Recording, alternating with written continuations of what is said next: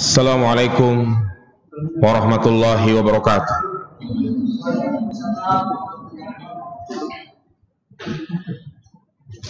Innal hamdalillah nahmaduhu wa nasta'inuhu wa nastaghfiruh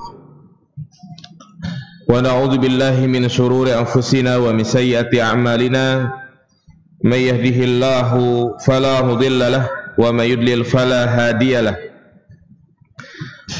Ashhadu an la ilaha illallah wahdahu la syarika lah wa ashhadu anna Muhammadan abduhu wa rasuluhu la nabiyya ba'dah.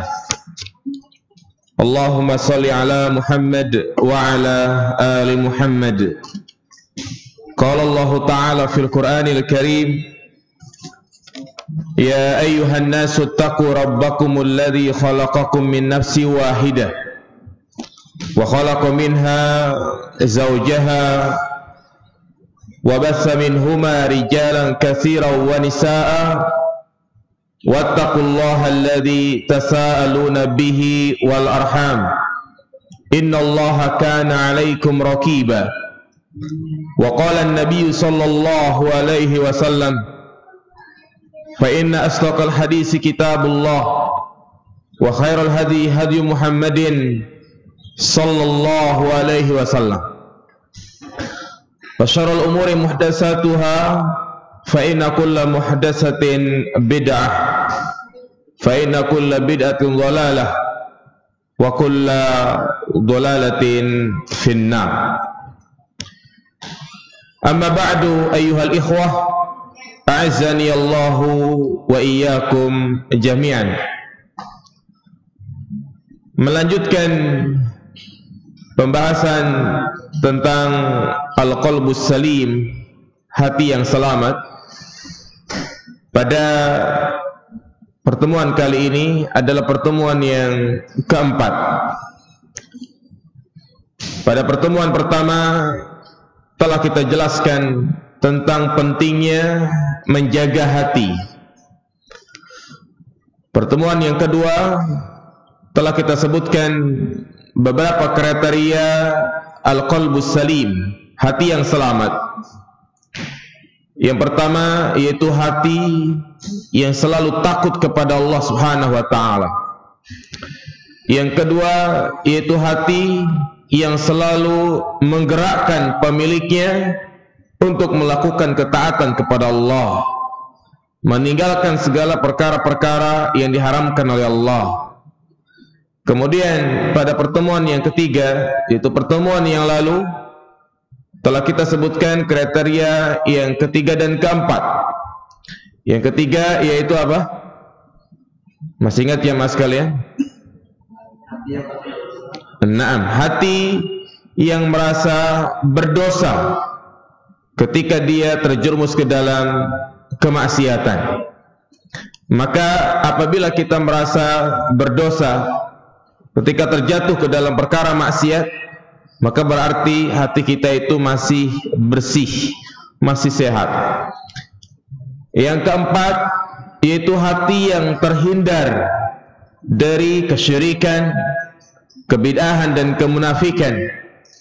Telah kita sebutkan tentang contoh-contoh syirkul qalbi, syirik yang terjadi pada hati, yaitu tawakal kepada selain Allah, seperti memakai jimat, tatayur, menganggap sial dengan kejadian-kejadian sesuatu, dan juga ujub. Itu seorang membanggakan dirinya tanpa melihat rahmat Allah Subhanahu wa ta'ala. Nah, itu yang sudah kita jelaskan 4 poin kriteria al-qalbus salim. Maka pertemuan yang keempat ini kita akan lanjutkan di antara kriteria al-qalbus salim, yaitu hati yang bersih, yang terhindar dari berbagai macam penyakit hati.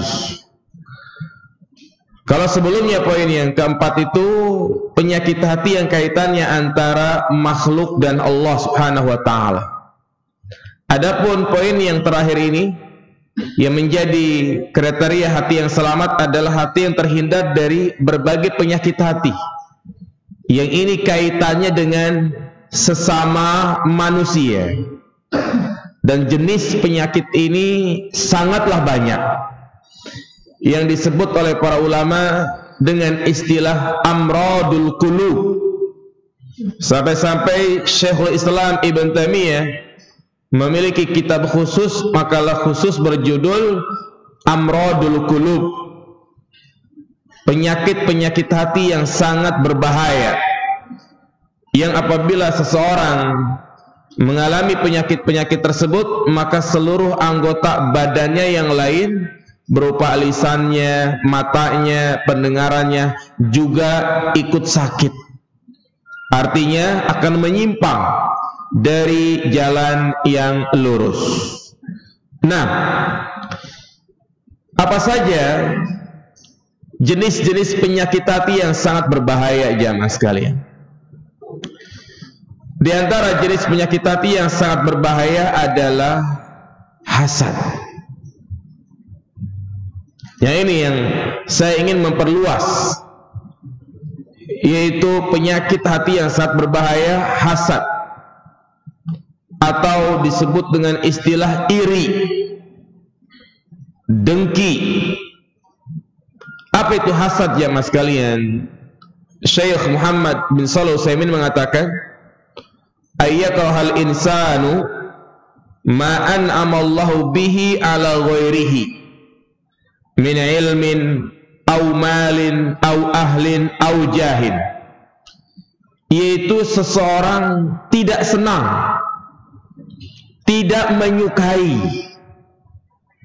ketika saudaranya mendapatkan nikmat, baik nikmat tersebut berupa ilmu, berupa harta, keluarga, atau kedudukan, naik pangkat misalnya. Jadi apabila hati ini jamaah sekalian merasa gelisah, merasa enggak senang, ada hawa enggak enak ketika melihat saudara kita mendapatkan nikmat, maka itulah yang disebut dengan al-hasad, yang harus kita waspadai. Benih-benih ini kalau dibiarkan maka akan berbahaya. Dan memang hasad ini adalah tabiat dasar manusia. Allah ciptakan manusia itu memiliki tabiat dasar hasad jemaah. Makanya kadang anak-anak kita, ya, itu tanpa kita ajari ada potensi mereka hasad. Coba aja antum misalnya memberikan hadiah hanya kepada anak kedua misalnya, anak pertama, anak ketiga nggak dikasih hadiah, bakal iri nggak tuh mereka? Iri, nggak senang, iya. Ada anggapan, bapak nggak adil, seperti itu. Jadi memang potensi setiap manusia ada hasad jamaah sekalian di dalamnya. Makanya Syekhul Islam Ibn Taimiyah mengatakan, ma khalal jasadu minal hasadi. Setiap jasad, setiap tubuh itu tidak terlepas dari yang namanya hasad. Walakinnal laimu man yubdih, yang tercela itu adalah yang dia menampakkan, membiarkan benih-benih hasad ada dalam hatinya. Wal karimu man yukhfih, dan orang yang mulia, yang terpuji adalah yang dia berusaha untuk meredam. Nah, dan hasad ini adalah dosa pertama di langit dan juga di bumi.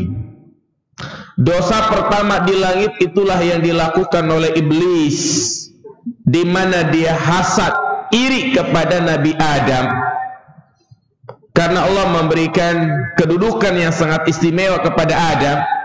Padahal Adam itu junior, makhluk yang baru diciptakan, tapi sudah diberikan kedudukan istimewa. Maka iblis tidak terima, tidak senang, hatinya gelisah. Makanya karena sebab hasad ini Allah usir dia dari surga.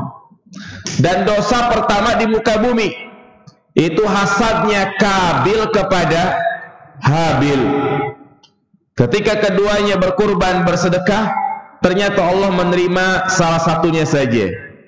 Dan itu tertuang dalam Al-Quran surat Al-Maidah ayat 27. Watlu alaihim naba abnai Adam bil haq idh qarraba qurbanan fatuqubila min ahadihima walam yutaqabbal minal akhar qala la'aqtulannak qala innama yataqabbalullahu minal muttaqin. Ya Muhammad, bacakanlah kepada mereka tentang kisah kedua anak Adam. Yang keduanya ini berkurban dan Allah menerima salah satunya saja dan tidak menerima yang lain. Maka salah satunya hasad, yaitu Kabil. Dia enggak terima, bahkan mengatakan la'aqtulannak, aku akan membunuhmu, yaitu membunuh saudaranya Habil. Dan terjadilah benar. Karena hasad akhirnya dia membunuh saudaranya. Ini penyakit yang sangat berbahaya. Makanya para ulama mengatakan hasad itu usulul dzunub. Usul artinya pokok terjadinya kemaksiatan-kemaksiatan yang lain. Karena sebab hasad maka akan mengantarkan kepada banyak keburukan-keburukan yang lain, melahirkan dosa-dosa yang lain. Maka dikatakan usul dzunub. Lihatlah iblis laknatullah jamaah sekalian. Karena hasad telah menguasai jiwanya, bukannya dia bertobat ketika sudah diketahui dia salah. Beda dengan Nabi Adam, dia udah tahu salah, bertaubat Nabi Adam. Iblis tidak, malah dia makin menjadi-jadi, malah dia membangkang kepada Allah Subhanahu wa taala, durhaka kepada Allah, padahal Allah adalah zat yang menciptakan dia. Nah ini karena sebab hasad, lupa daratan, lupa nikmat yang Allah berikan kepadanya, lupa tujuan hidupnya yaitu untuk beribadah kepada Allah. Ya, inilah jamaah sekalian, menyebabkan iblis durhaka. Bahkan berani-beraninya dia membantah Allah dengan ro'yunya yang rusak. Ketika ditanya mana akan tasjudu lima khalaqtu biyadayya, apa yang menghalangimu untuk sujud terhadap apa yang telah kuciptakan? Iblis membantah Allah seraya mengatakan, ana khairun minhu khalaqtani min nar wa khalaqtahu min tin. Aku itu lebih baik dari Adam. Engkau ciptakan Adam dari tanah, sedangkan engkau ciptakan aku dari api. Dia merasa lebih hebat. Ya, iblis merasa lebih hebat. Adam nggak ada apa-apa, tidak ada apa-apanya karena diciptakan dari tanah. Bukannya bertaubat, malah bersumpah untuk menyesatkan manusia. Makanya Allah laknat iblis, Allah usir dia dari surga. Bahkan laknatnya itu ila yaumin yubasun, sampai terjadinya hari kiamat. Karena sebab hasad jamaah sekalian, saudaranya Yusuf ingin membunuh Yusuf. Ya, karena mereka tahu ternyata Yusuf memiliki kelebihan tersendiri, keistimewaan tersendiri, sampai bapaknya Yakub sangat mencintai Yusuf. Ternyata itu membuat iri saudara-saudaranya. Ada di antara mereka mengatakan apa? Uqtulu Yusuf, udah Yusuf dibunuh aja. Karena sebab hasad ada keinginan untuk apa? Membunuh.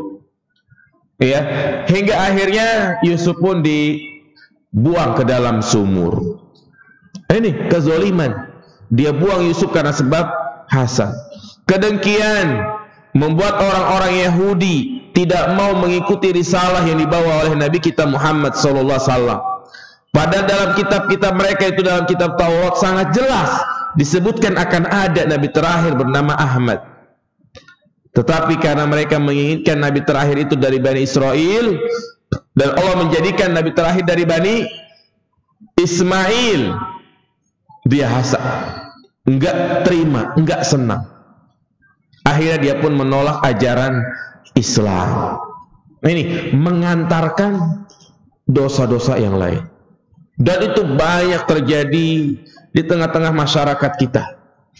Makanya hasad ini, dengki, iri adalah penyakit wabah yang ada di tengah-tengah masyarakat. Ya, karena gara-gara tidak senang, cekcok, apa yang terjadi? Jalanan dipampet lah, sehingga orang yang dihasadi nggak bisa lewat. Bahkan terjadi perkelahian, pembunuhan. Ya, kadang dia kirim santet, teluh, tenun, guna-guna karena gara-gara dia tidak mendapatkan bagian warisan. Nah ini semua itu timbul berasal dari mana? Dari hasad. Dan ternyata hasad itu jamaah sekalian tidak hanya menimpa orang-orang awam, kadang juga menimpa para penuntut ilmu, para ikhwan yang sudah pada ngaji. Ya, terkadang iblis gagal menggoda kita untuk melakukan kesyirikan karena kita paham syirik itu haram. Setiap kali kajian membahas kitab tauhid, syirik haram, ini haram, paham kita berhasil ya tidak terjerumus ke dalam kesyirikan. Ketika iblis pun gagal menggoda kita untuk melakukan perkara-perkara bid'ah, maka bukan berarti iblis itu berputus asa, bukan berarti iblis itu meninggalkan kita. Maka iblis menggoda kita dari arah yang lain, yaitu dari arah hati kita, disisipin, dibumbuin dengan penyakit apa? Hasad. Iya. Maka kita harus bisa menyeken hati ini jamaah sekali. Ketika ada rasa tidak senang dengan saudara kita ketika dia mendapatkan nikmat, itulah hasad. Iya. Sama-sama usaha herbal misalnya. Iya. A sama B sama-sama usaha herbal. Si A maju herbalnya, laku. Nah ini si B ini hatinya gelisah aja. Ya, sempit hatinya. Makanya biasanya hasad itu terjadi sejenis, pedagang dengan pedagang, ustadz dengan ustadz. Kadang di antara ustadz pun terjadi hasad ya mas kalian. Ada mungkin ustadz sudah senior di kampung tersebut, sudah lama berdakwah, datang ustadz dari Madinah atau dari pondok pesantren masih muda, ya, merasa waduh lahan gue direbut nih. Ada seperti itu. Akhirnya ada upaya untuk menggagalkan kajian-kajian ustadz muda tersebut. Difitnah lah, oh manhajnya nggak jelas lah. Ya padahal jelas-jelas keluaran Madinah, dicari, dikorek kesalahan sampai di mana. Ya, kadang orang itu berdalih dengan tahzir, memberikan peringatan, padahal di balik itu ada udang di balik bakwan. Ada niatan buruk untuk menggagalkan kajian-kajian seperti ini. Iya. Kadang juga di antara kita, ya kita mengadakan kajian di sini, ada lagi di tempat yang lain. Ternyata mungkin di sini kajiannya sepi, di tempat lain ramai. Timbul ada rasa tidak senang. Iya, ini karena gara-gara ingin selalu tampil di depan, ingin pendapatnya itu dianggap, ya, maka itulah yang disebut dengan benih-benih hasad. Nah, dan hasad itu memiliki tingkatan jamaah sekalian. Tingkatan yang ringan, yang kita juga harus waspada darinya, yaitu di mana seorang tidak senang ketika saudaranya mendapatkan nikmat, hatinya itu sempit aja, gelisah dia. Ya, maka ini jelas-jelas bertentangan dengan prinsip-prinsip ukhuwah Islamiyah, prinsip-prinsip persatuan sesama kaum muslimin. Kenapa? Karena Rasulullah mengatakan la yu'minu ahadukum hatta yuhibba li akhihi ma yuhibbu li nafsihi. Tidak beriman salah seorang di antara kalian sampai dia mencintai apa yang ada pada saudaranya sebagaimana dia mencintai apa yang ada pada dirinya. Kita misalnya dapat rezeki, punya mobil, punya rumah, senang nggak jamaah sekalian? Senang. Masya Allah. Nah, demikian pula kalau saudara kita mendapatkan nikmat yang sama, punya mobil baru, punya rumah baru, kita pun harus bergembira. Iya. Istri kita nikah lagi, atau teman kita nikah lagi, istrinya cantik, kita harus ikut apa? Senang. Jangan ada rasa apa? Pengen gitu ya. Pengen sih nggak apa-apa, tapi jangan sampai dia nggak senang dengan saudaranya. Ya, dia ngomongin ke sana ke sini, oh dia mau boleh melet itu. Ya, ini benih-benih yang pertama. Kalau ini nggak segera kita usir, kalau ini kita biarkan, maka akan ada tingkatan yang kedua, yaitu berharap agar kenikmatan yang ada pada saudaranya itu hilang. Berharap dia, atau berharap agar nikmat tersebut pindah kepada dirinya. Ini harapan-harapan seperti ini, keinginan-keinginan seperti ini tingkatan yang kedua. Ini udah naik level ini. Tingkatan yang ketiga yang paling berbahaya, berusaha untuk menghilangkan nikmat yang ada pada saudaranya tersebut dengan cara menzoliminya. Dia gibahin, dia fitnah, ya. Si Fulan mah punya mobil baru juga boleh kredit, ya. Ada harapan semoga hilang mobilnya gitu ya. Jadi harapan-harapan seperti itu namanya hasad ya mas sekalian. Ya.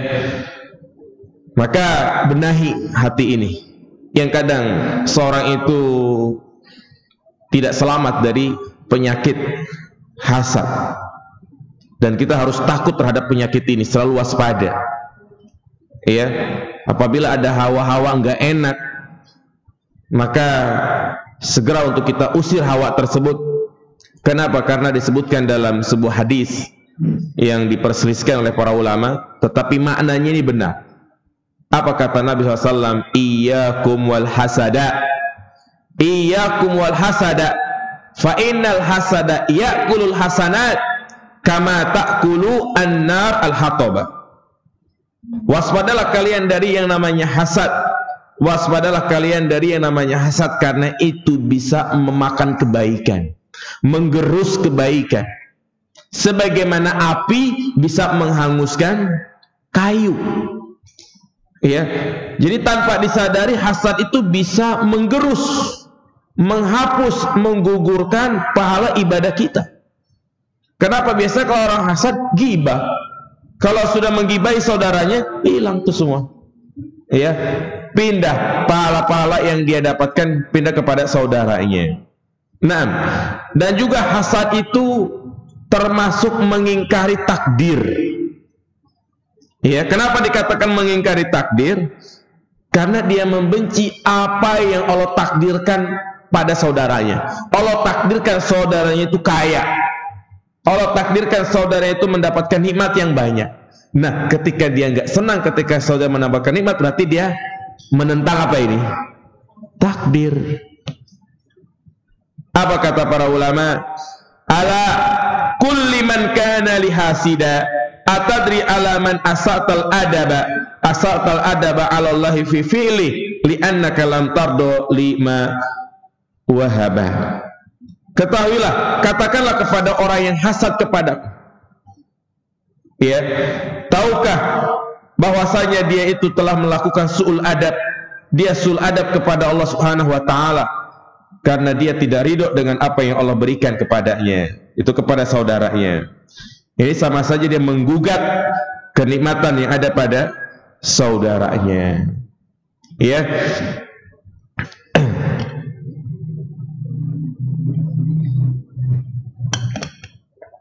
Nah, jadi ini yang pertama.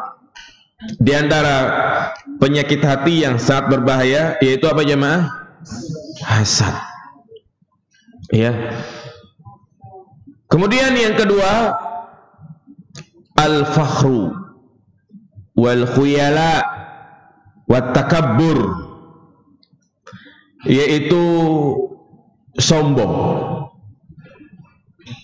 Iya, sombong ini adanya di mana? Di hati. dalam bahasa Arab sombong itu memiliki kata bermacam-macam. Ada al-fakhru, ada al-khuyala, ada at-takabbur. Iya. Kalau diterjemahkan dengan bahasa Indonesia artinya sama, yaitu apa?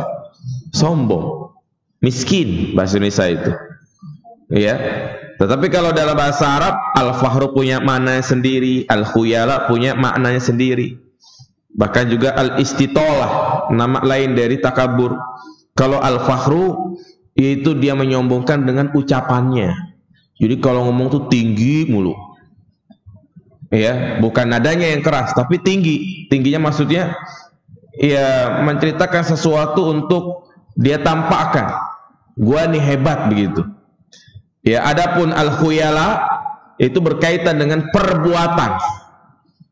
Ya, jadi perbuatannya itu seakan-akan ingin menampakkan kalau dia itu hebat. Ya. Adapun takabbur itu gabungan antara al-fakhru wal khuyala. Jadi sombong ini jamaah sekalian adalah perangai yang sangat tercela menurut agama, menurut akal dan juga fitrah. Iya. Menurut agama nanti kita akan sebutkan bagaimana bahaya sombong itu. Menurut akal, apa coba yang kita sombongkan? Karena kita adalah makhluk yang hina, makhluk yang lemah, yang tercipta dari min ma'in dafiq, yaitu cairan yang terpancar, sperma, air mani. Ini cairan yang hina. Kalau kita jual laku nggak jamaah sekalian? Nggak laku, siapa yang mau beli? Kalau mengenai badan kita, kita berusaha untuk apa? Mencucinya. Ya, apa yang kita sombongkan? Makanya menurut akal, sombong itu adalah perangai yang tercela. Nah, dan sombong ini mengantarkan kepada bahaya yang sangat banyak. Di antara bahaya kesombongan, ini merupakan perangainya siapa? Iblis. Ya. Makanya perlu kita pelajari ya perangai iblis yang bisa kita ambil, kita sarikan dari ayat-ayat Al-Quran. Saya ada makalah khusus berjudul tentang ya perangai-perangai iblis yang diambil dari Al-Quran. Karena tentunya tidaklah Allah Subhanahu wa taala menceritakan tentang iblis, menyebutkan sifat-sifatnya bertujuan agar kita apa? Meninggalkannya. Karena itu adalah sifat yang jelek. Karena iblis, kalau Allah sebutkan di dalam Al-Quran tentang iblis, perbuatan-perbuatannya adalah simbol keburukan. Iya, simbol keburukan. Nah, jadi di antara bahaya sombong ini merupakan perangainya iblis. Ibnu Taimiyah menyebutkan bahwa dosa yang pertama kali dilakukan terhadap Allah adalah dosa kesombongan yang dilakukan oleh iblis, dan juga tadi dosa apa? Hasad. Sebagaimana Allah berfirman, wa idh qulna lil malaikati isjudu li Adam fasajadu illa iblis aba wastakbar. Apabila kami perintahkan, ketika kami perintahkan kepada malaikat untuk sujud kepada Adam, maka semuanya pun sujud sebagai bentuk penghormatan kecuali iblis aba. Dia enggak mau. Apa sebabnya? Wastakbar, dia sombong. Dan kesombongan ini juga merupakan perangainya orang-orang yang Allah binasakan, yaitu orang-orang yang menolak dakwah para nabi dan rasul. Di antara sifat mereka adalah sombong. Ya, sebagaimana Allah sebutkan dalam surat Ghafir ayat 27, wa qala Musa inni utu bi rabbi wa rabbikum min kulli mutakabbirin la yu'minu bi yaumil hisab. Ketika Nabi Musa berdoa, sesungguhnya aku berlindung kepada Rabbku dan kepada Rabb kalian dari setiap orang yang sombong. Yaitu sebagian kaumnya Firaun, mereka menolak ajakan Nabi Musa karena sombong. Iya. Dan juga di antara ini di dunia ya, di akhirat kesombongan itu mendatangkan azab yang sangat besar. Bukan hanya ketika dia dimasukkan ke dalam neraka, tapi ketika berada di padang mahsyar. Ya, bagaimana nasib orang-orang yang sombong jamaah sekalian? Rasulullah mengatakan, yuhsyarul mutakabbiruna biyaumil qiyamah amsala zar fi suwarir rijal yaghshahumuzul min kulli makanin yusakuna ila sijni jahannam. Apa artinya? Orang-orang yang sombong tuh di dunia, baik sombong dengan hartanya ataupun yang lainnya, dia akan dikumpulkan pada hari kiamat seperti benda yang sangat kecil, visual rijal, dalam bentuk manusia. Jadi Allah jadikan dia seperti semut, ya pokoknya kecil dia. Yaghshahumuzul, yang diliputi kehinaan. Min kulli makanin yusakuna ila sidni fi jahannam, diliputi kehinaan di setiap tempat hingga dia pun digiring ke neraka jahannam. Juga dalam hadis yang lain, yuhsyarul jabbaruna wal mutakabbiruna yaumal qiyamah amsala dzur yahtauhumun nas. Orang-orang yang sombong, orang-orang yang berlaku kasar nanti di padang mahsyar dia akan dikumpulkan, ya, menjadi makhluk yang kecil dan dia akan diinjak-injak oleh manusia.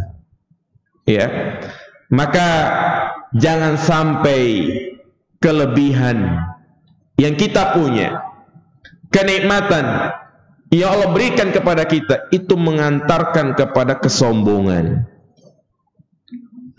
Justru kita gunakan kelebihan-kelebihan tersebut untuk tawadu di hadapan manusia.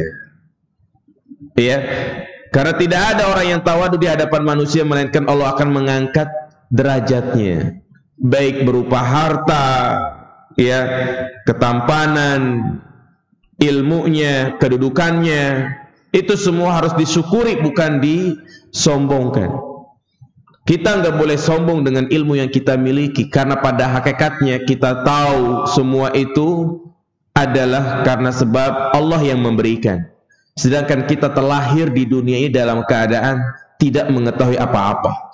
Wallahu akhrajakum min butuni ummatikum la ta'lamuna syai'a. Allah Subhanahu wa taala mengeluarkan kalian dari perut ibu kalian dalam keadaan kalian tidak mengetahui apa-apa. Jahil. Kemudian kita bisa tahu cara nyari uang, cara bekerja, itu semua Allah yang memberikan. Buat apa seseorang sombong dengan kecantikannya, dengan ketampanannya, yang kelebihan itu semuanya tidak bisa abadi. Orang punya muka cantik maksimal berapa tahun jamaah sekalian? 40? 50, ada nggak orang perempuan 50, 60 masih terlihat muda begitu kan, usia 18 tahun, ada nggak? Nggak ada, ya, paling dioperasi plastik, ya kan? Nggak ada, semuanya kalau sudah usia 50 tahun ke atas, peot udah semua. Ya, apa yang dibanggakan jamaah sekalian? Apalagi ujung-ujungnya semua kembali ke tanah. Ya, jadi tidak ada yang bisa kita banggakan, harta pun demikian. Ya. Nah, dan Allah juga sebutkan dalam surat An-Nahl ayat 29 bahwasanya orang yang sombong tempatnya itu di neraka. Fala bi'sa maswal mutakabbirin, maka sungguh buruk tempat orang-orang yang sombong, yaitu di neraka. Qila udkhulu abwaaba jahannam khalidina fiha, dikatakan kepada mereka, masuklah ke dalam neraka jahanam dan kekal di dalamnya. Nah, dan juga Nabi mengatakan, la yadkhulul jannata man kana fi qalbihi misqala dzarratin min kibar, tidak akan masuk surga seorang yang terdapat dalam hatinya itu kesombongan walau hanya sebesar zurrah. Apa itu zurrah? Ada yang mengatakan zurrah itu artinya semut yang kecil.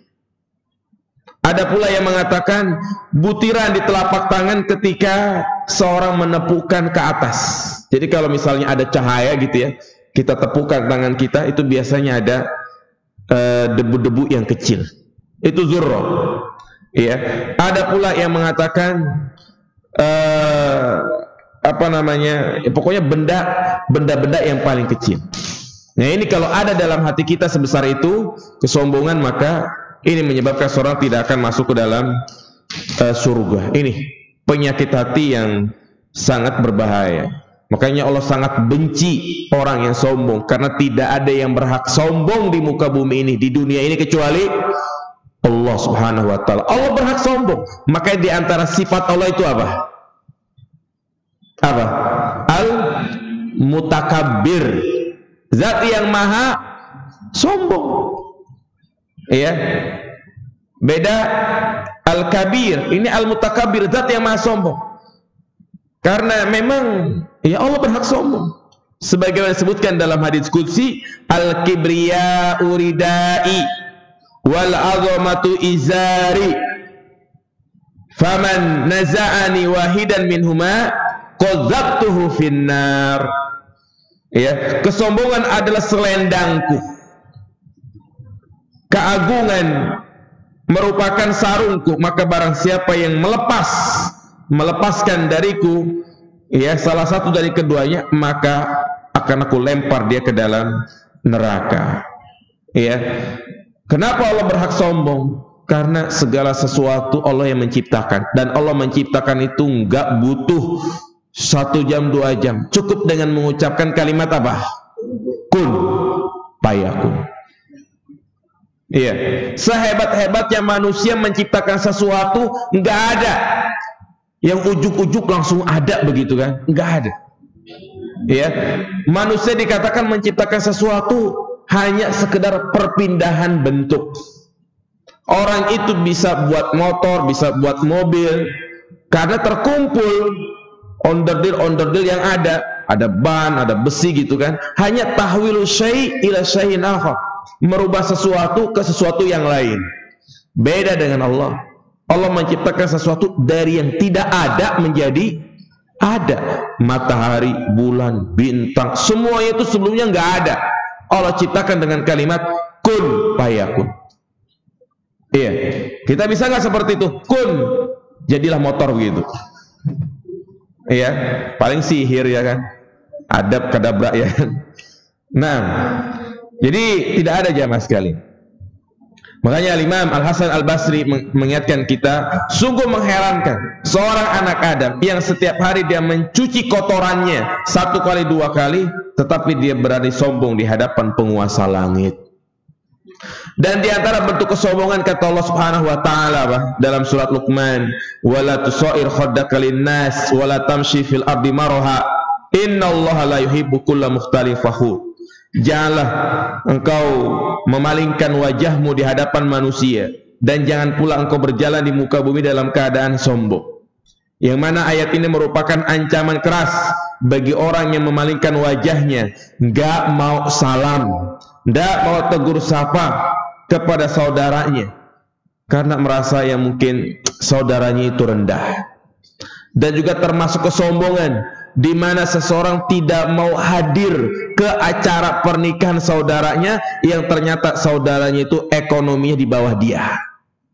Dan juga termasuk kesombongan ketika dia mengadakan hajatan yang dia undang hanya siapa? Orang-orang kaya doang. Maka apabila ada hajatan, ada acara pernikahan, khitanan yang dia undang hanya orang-orang kaya, maka makanan yang ada di situ adalah sirarut to'am, makanan-makanan yang paling jelek. Iya, syarrut to'am to'amul walimah, kata Nabi. Yud'al al-aghniya wa yutrakul fuqara. Sejelek-jeleknya makanan adalah makanan yang ada di acara walimah, yang apabila di acara walimah tersebut yang diundang hanya orang-orang kaya tok, supaya amplopnya gede. Gila orang miskin yang ngabisin makanan gitu ya, enggak diundang. Makanya budaya-budaya tidak menghabiskan makanan itu adalah budaya buruk. Ya, kadang di masyarakat kita itu justru tren makanan nggak dihabiskan, dia makan nyendok banyak itu kan sengaja nggak dihabisin. Kenapa? Kalau dihabisin dibilang apa? Ini rakus amat sih ini. Mumpung lagi hajatan kali ini, perbaikan gizi. Ya, salah jangan sekali. Justru kita habiskan, jangan sampai tersisa walaupun 1 butir nasi. Dan kesombongan kata Nabi ada 2 macam. Al-kibru batarul haq wa gomtun nas. Kesombongan itu ada 2. Yang pertama, ya batarul haq, menolak kebenaran. So, siapa saja yang menolak kebenaran, yang datang dari mana saja, kemudian dia tolak, maka itu termasuk bentuk kesombongan seperti sifatnya orang-orang kafir, orang Yahudi, orang-orang Nasrani. Wa gomtun nas, dan yang meremehkan orang lain. Iya. Jadi ini yang kedua, penyakit hati yang sangat berbahaya, yaitu apa? Sombong. Sebaliknya kita disuruh untuk berhias dengan sifat apa? Tawadu. Ya, tawadu. Sifat yang mulia, merendah. Ya, dia berusaha untuk menyembunyikan ya kelebihan-kelebihan yang ada pada dirinya. Nah, juga termasuk penyakit hati yang berbahaya juga adalah an-nifaq. Iya, an-nifaq. Apa itu nifaq? Nifaq secara umum artinya menampakkan kebenaran, ya, dan menyembunyikan kebencian. Jadi zahirnya itu dia seorang muslim yang taat, tapi hatinya benci terhadap syariat Islam itu sendiri. Itulah yang disebut namanya apa? Nifaq. Iya. Dan nifaq seperti inilah yang bisa mengeluarkan pelakunya dari Islam. Adapun nifaq-nifaq yang sifatnya amali, jadi kan nifaq itu ada 2 ya. Ada nifaq amali, ada nifaq apa? I'tiqadi. Nifaq amali itu yang disampaikan oleh Nabi, idza haddasa kadzaba wa idza tumina khana.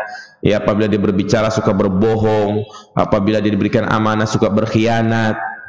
Ya, apabila dia berjanji maka suka mengingkari. Itu namanya nifaq amali. Kalau nifaq i'tiqadi itu berkaitan dengan hati. Itulah yang Allah ancam mereka, innal munafiqina fid darkil asfali minan nar. Sesungguhnya orang-orang munafik berada di keraknya api neraka. Kenapa? Karena mereka menampakkan cinta terhadap Islam, ya, tetapi hatinya itu benci terhadap syariat Islam. Justru ini yang lebih parah dari orang yang dia meninggalkan syariat tapi hatinya nggak benci. So, ada 2 model jamaah sekalian. Yang pertama, dia kerjain tuh sholat, puasa, dia kerjain, tapi hatinya nggak senang. Kenapa sih dalam Islam pakai ada puasa segala? Ya, bikin berat aja. Kenapa sih dalam Islam pakai ada sholat aja? Apa? Pakai ada sholat begitu? Nah, ini yang pertama. Yang kedua, dia nggak sholat, dia nggak puasa, tetap dia meyakini itu adalah syariat, tetapi dia mungkin karena malas-malas. Ya, yang lebih baik yang mana jamaah sekalian? Dua-duanya nggak baik jamaah. Yang lebih mendingan gitu ya. Yang lebih mendingan yang berapa? Yang kedua. Yang kedua, walaupun dia ngerjain tapi hatinya nggak senang, itulah nifaq. Apa kata Allah Subhanahu wa taala? Dzalika bi annahum karihu ma anzalallahu fa ahbata a'malahum. Disebabkan karena mereka benci terhadap apa yang Allah turunkan kepada mereka, maka gugurlah amal ibadah mereka. Ya. Satu pun syariat yang kita benci, maka ini bisa mengeluarkan pelakunya dari Islam. Kalau kita membahas nawaqidul Islam, pembatal-pembatal keislaman oleh Syekh Muhammad bin Abdul Wahab, diantaranya ini an-nifaq, dia benci salah satu syariat Islam. Ya, makanya tipu daya mereka itu lebih berbahaya dari orang kafir. Kalau orang kafir mah jelas, ya, orang kafir benci Islam, menghina Islam, jelas karena mereka apa? Kafir. Makanya nggak lama bisa langsung ketangkep penghinaan Islam gitu kan, seperti kasus dulu yang menghinakan salah satu ayat Al-Quran surat Al-Maidah 51, langsung ketangkap jelas. Nah, orang-orang munafik ini nih sekarang nih model-model profesor doktor ya, dari lembaga-lembaga Islam, bajunya Islam, tapi ternyata isinya itu, pemikirannya itu merusak Islam. Mengatakan bahwasanya zina itu halal, semua agama sama, ya. Maka ini yang paling berbahaya. Orang itu sulit untuk membedakan. Itulah bahaya apa? An-nifaq. Ya. Juga termasuk penyakit hati yang berbahaya adalah hubbud dunya. Cinta terhadap dunia. Cinta dunia yang berlebihan maksudnya. Ya. Sehingga karena dia cinta terhadap dunia, lalai dari namanya kematian, takut mati, lalai dari mengingat Allah Subhanahu wa ta'ala. Karena dalam hatinya itu dia dikuasai dengan target-target duniawi. Tahun ini harus beli mobil, tahun depan harus beli rumah, tahun depannya lagi harus kawin lagi. Jadi hatinya itu apa namanya? Udah target dunia aja itu. Nah, itu namanya hubbud dunya, yang disebut dengan penyakit apa? Al-wahan. Nah, ini bahaya jamaah sekalian. Apa kata Nabi SAW? Wallahi mal faqru asya'alaikum walakin asya'alaikum an tuftah alaikumud dunya fatanafasuha kama tanafasuha fatuhlikukum kama ahlakatkum. Demi Allah, kefakiran itu tidaklah aku takutkan menimpa kalian. Jadi Rasulullah tuh nggak takut kalau kita miskin, tetapi yang paling aku khawatirkan menimpa kalian itu adalah dibukanya pintu dunia. Ya, kalian berlomba-lomba untuk mencapai nikmat dunia sehingga kalian pun menjadi orang yang binasa. Pengangguran dengan orang yang sudah kerja tetap gitu ya, ya, fitnahnya lebih besar ini orang yang sudah punya pekerjaan tetap. Pengangguran, dia nganggur di rumah, masih bisa ke masjid, masih bisa baca Al-Quran. Kalau sudah dia punya kerjaan, kalau dia tidak bisa menjaga hatinya, udah dia terus mengejar dunia. Apalagi kalau sudah banyak keinginan beli ini, beli itu, ya, apa yang terjadi? Dia ngoyo terhadap dunia. Apa contoh ngoyo misalnya? Ya, kerja kan, ya namanya kita kerja maksimal sehari berapa jam jemaah? 8 ya. Berangkat jam 7, pulang jam 4, ya sudah selesai. Pulang kita ke rumah, ketemu istri, anak-anak, bercengkrama. Ini bukan malah apa? Jam 4 lanjut lagi nge-grab. Pulang-pulang jam 11, jam 12. Apa coba yang dikejar? Ya. Kadang itu ya, kalau dipikir-pikir ya, capek bener hidup ini jamaah sekalian ya. Ya. Kenapa dia ngoyo? Karena dia punya utang. Kredit mobil, kredit motor ya kan. Makanya di pikirannya harus kejar target nih. Setoran setiap bulan harus sekian. Iya, 5 tahun ternyata mobilnya udah banyak yang apa? Yang rusak. Akhirnya dijual lagi. Seperti itu. Jadi rugi orang-orang yang menjadikan dunia itu sebagai prioritas hidupnya. Jadi jangan ngoyo ya mas kalian. Naam, kita disuruh bekerja, tapi waktunya istirahat ya istirahat. Waktunya untuk keluarga, untuk keluarga. Jangan ini udah kerja dari Senin sampai Jumat, Sabtu Minggu bukannya buat keluarga, malah dipakai buat mancing. Ya kan? Gimana waktu untuk keluarganya jemaah? Ya bedain. Nah, makanya ya itulah orang kalau sudah dikuasai dengan hubbud dunia, gelap mata dia, lupa segala-galanya. Sering saya sampaikan, ya prinsip hidup itu bukan banyak harta, tetapi bagaimana kita bisa bermanfaat kepada orang lain. Nah, juga termasuk penyakit hati yang berbahaya adalah hubbur riyasah, yaitu cinta ketenaran, ya. Ingin selalu dipuji, ingin selalu tampil, ya di depan, ingin pendapatnya dianggap, maka itu juga termasuk penyakit hati. Nah, jamaah sekalian, itulah macam-macam amradul qulub, ya, penyakit-penyakit hati yang sangat berbahaya, yang kita harus berusaha pandai-pandai men-scan hati ini. Kalau ada benih-benih kesombongan, benih-benih hasad, segera kita usir, ya, jangan dibiarkan. Karena kalau dibiarkan akan kronis. Kalau sudah kronis itu sangat berbahaya. Nah, barangkali cukup itu pembahasan tentang kriteria qalbun salim. Jadi ada berapa kriteria aja mas sekalian? 5. Yang pertama, lupa. Iya, hati yang selalu takut kepada Allah Subhanahu wa ta'ala. Masih ingat nggak parameter hati itu takut kepada Allah pas kita lagi ngapain? Sendiri. Ya, pas lagi sendirian. Yang kedua, hati yang apa? Naam, yang menggerakkan pemiliknya untuk melakukan ketaatan kepada Allah. Maka apabila hati ini pengennya ke masjid, pengennya hadir kajian, tuh berarti hatinya bersih. Iya, tapi kalau hatinya mengajak ya untuk bermalas-malasan, nggak mau sholat berjamaah, tidak mau hadir ke majelis ilmu, ya, maka hatinya sudah terkena penyakit. Yang ketiga, hati yang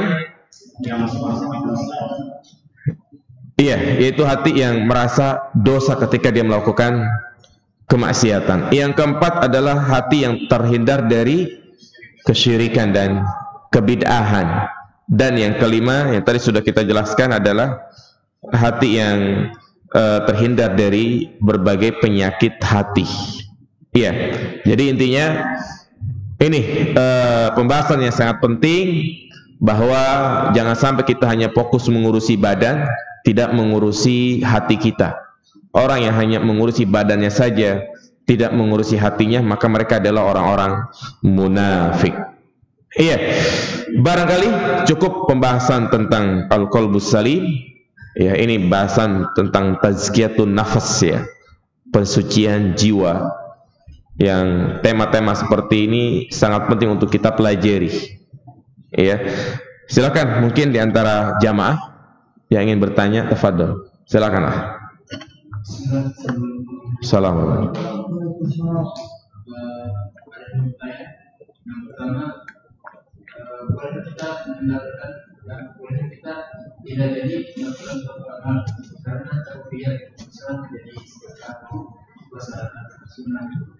Lalu yang kedua, adakah bacaan khusus untuk melindungi kita dari penyakit hati? Nah, yang pertama jamaah sekalian tentang riya, ya. Nah, jadi riya sudah kita bahas ya pada pertemuan yang lalu, ya, yaitu seorang mengerjakan suatu ibadah ingin dipuji. Yang tepat itu seperti itu, bukan dia ingin memperlihatkan ibadahnya, karena kan orang memperlihatkan ibadah punya niat-niatan tersendiri. Dan termasuk ainur riya, termasuk riya, yaitu dimana seseorang tidak jadi melakukan ibadah karena takut riya. Dia sudah siap-siap mau ke masjid, udah keluar rumah, ternyata ada orang nongkrong. Ya, aduh, udah nongkrong nih, nggak jadilah ke masjid, nanti dibilang alim lagi. Nah, akhirnya nggak jadi ke masjid gitu. Ya, itulah namanya apa? Riya, itu namanya riya. Hakikat riya seperti itu. Atau juga ada tromol lewat gitu ya, ternyata pandangan orang itu ke arah semua dia. Ya, nggak jadi dimasukin lagi di 100.000 karena takut riya dilihatin. Ya, itu namanya riya jamaah sekalian. Lalu bagaimana sikap kita? Lawan. Udah, kita lanjutin aja. Jadi memang tabiat dasar manusia seperti itu. Ada hawa pengen dipuji, ada hawa pengen dilihat. Apalagi antum kalau misalnya habis nazar gitu ya, kemudian antum disuruh sholat jadi imam, belakangnya calon mertua, itu hawanya beda ya mas kalian ya. Jadi mau dibagus-bagusin bacaannya, yang biasa sholat cuman bacanya qul ya kulhu, ini baca Al-Baqarah, udah gitu salah lagi tengah jalan, bikin malu aja. Iya, jadi kita lawan terus 1 kali, 2 kali, nanti juga akan hilang dengan sendirinya. Karena apa yang diharapkan dari manusia dia tidak mendapatkan. Itu kadang seperti itu, membuat orang itu ria itu hilang ketika dia tidak mendapatkan pujian. Ya, makanya lawan terus. Dan itu penyakit emang makanya lebih dahsyat daripada fitnah dajjal ya. Karena dajjal itu kan fitnah hanya di akhir zaman. Kalau ria terus-terusan ada. Iya. Kemudian yang kedua yaitu tentang masalah doa ya, agar terhindar dari penyakit hati. Ada itu doanya yang Allahumma inni a'udzubika min an usyrika fima a'lam wa fima la na'lam. Ya, gimana doanya itu, ada yang hafal enggak jemaah sekalian? Yaitu doa yang diajarkan oleh Nabi. Ya, saya agak lupa ininya kalimatnya. Ya, ya intinya doa secara umum bisa, ya, atau doa tadi secara umum kita meminta kepada Allah agar terhindar dari kesyirikan. Nah, atau juga meminta untuk ketetapan hati, yang muqallibal qulub sabit qalbi ala dinik wa ya musarrifal qulub sarrif qalbi ala ta'atik. Itu juga bisa kita jadikan doa untuk meminta agar hati ini selalu bersih. Wallahu a'lam. Ada yang lain? Silakan, silakan. Salam. Berkaitan dengan nasab, nah, ini banyak sekali terjadi di para pedagang. Iya. Yang bisa kami sampaikan, kadang di antara dua pedagang ini memiliki harga yang berbeda dan yang akan menimbulkan rasa hasad. Apakah kita boleh menasehati orang agar menyamakan harga misalnya untuk menghindari hal tersebut? Iya. Jadi boleh ya, karena yang namanya jualan gitu ya, yang antum lebih paham, jangan sampai dia menjatuhkan harga. Kalau misalnya di grup dagang gitu ya, kadang ya saut-sautan gitu ya, yang satu masih harga sekian, kemudian di bawahnya lagi ada yang harganya lebih murah, nanti ada yang lagi murah lagi, ya ini kayak lelang aja di grup gitu ya. Jadi pada intinya boleh antum sampaikan seperti itu ya, artinya kalau jualan dengan harga yang sama, karena kalau sudah perbedaan harga ini pemicu terjadinya apa? Hasad. Ya, tapi jangan pula ketika ada orang yang hasad sama kita, kita hasadin lagi begitu ya. Ya, artinya kita berusaha untuk menjalin komunikasi yang baik ya, dan kalau memang masih tetap seperti itu sudah kita biarkan, karena pada hakikatnya orang yang hasad itu tersiksa jemaah sekalian, tersiksa karena dia tidak bisa mendapatkan apa yang dia inginkan ya. Ngaruh nggak misalnya ada orang nih punya nikmat yang sangat besar gitu ya, diberikan kelebihan, kita hasad, apakah nikmat itu pindah kepada kita? Tidak. Makanya hidupnya sempit gelisah ya. Jadi berkait dengan pertanyaan tadi, boleh antum berikan nasihat dengan cara yang bijak tentunya ya, agar tidak terjadi sengketa perselisihan di antara pedagang. Itu biasa kadang-kadang herbal ya. Banyak ikhwan kita ya usahanya ujung-ujung apa? Jual madu. Kalau udah puasa pasti lomba jual apa? Korma. Emang nggak ada lagi apa yang dijaga gitu ya. Nah, Allah. Ada yang lain? Tidak ada ya? Ya, silakan Pak. Kolbun ya.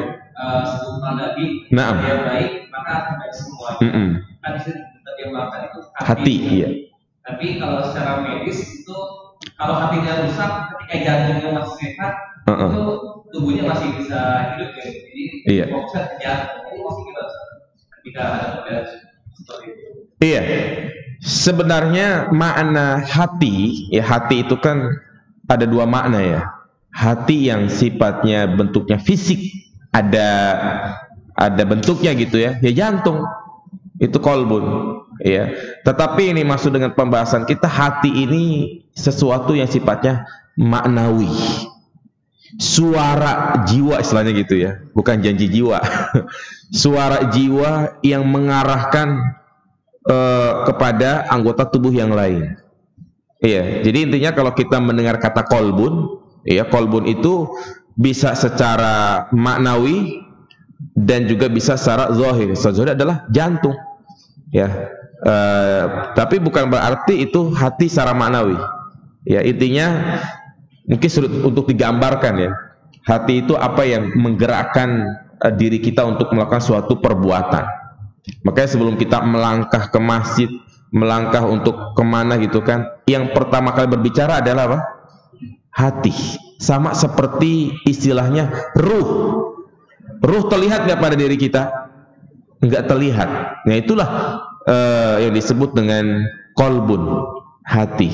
Tapi untuk memudahkan, Rasulullah SAW mengungkapkan dengan bentuk yang nyata. Mudghah, yaitu segumpal daging yang disebut dengan jantung.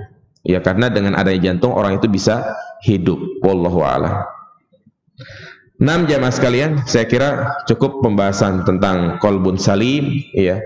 Semoga kita semua terhindar dari berbagai penyakit hati. Ya, intinya sering-sering kita berkhalwat, bermunajat ya, dan juga memperbaiki diri ya. Kalau memang ada rasa-rasa kita nggak senang dengan saudara kita, maka segera bangkit. Jangan itu berdalih dengan kaidah agama, itu berupa tahzir. Kadang sama ikhwan saling tahzir, saling boikot ya, itu dijadikan sebagai hujah. Padahal pada hakikatnya hatinya itulah yang apa? Yang kotor. Itu penyakit yang sangat berbahaya. Makanya seorang muslim ya prinsipnya adalah innal mu'min ma'adzirah la ma'ayirah. Seorang mukmin itu ketika melihat kesalahan saudaranya adalah memberikan 1000 uzur, bukan dikorek-korek, dicari-cari kesalahannya. Ini keliru jamaah sekalian. Ini kita berbicara sesama ikhwan semanhaj yang mengikuti sunnah. Berbeda dengan ahli bid'ah. Kalau ahli bid'ah mah kita memang disuruh untuk menanamkan apa? Permusuhan. Iya. Jadi jangan sampai seperti itu. Karena ya ahlu sunnah di zaman sekarang qalil, sedikit. Jangan sampai terpecah belah ya gara-gara masalah fikih. Sehingga Syekh Sulaiman Ar-Ruhaili mengingatkan jangan sampai masalah-masalah fikih, perbedaan fikih membuat hati kalian itu berselisih. Jangan sampai seperti itu. Demikian, semoga bermanfaat dari apa yang kita sampaikan. Ya, saya mohon maaf jika ada kesalahan. Ya, subhanakallahumma bihamdika asyhadu an la ilaha illa anta astaghfiruka wa atubu ilaik. Assalamualaikum warahmatullahi wabarakatuh.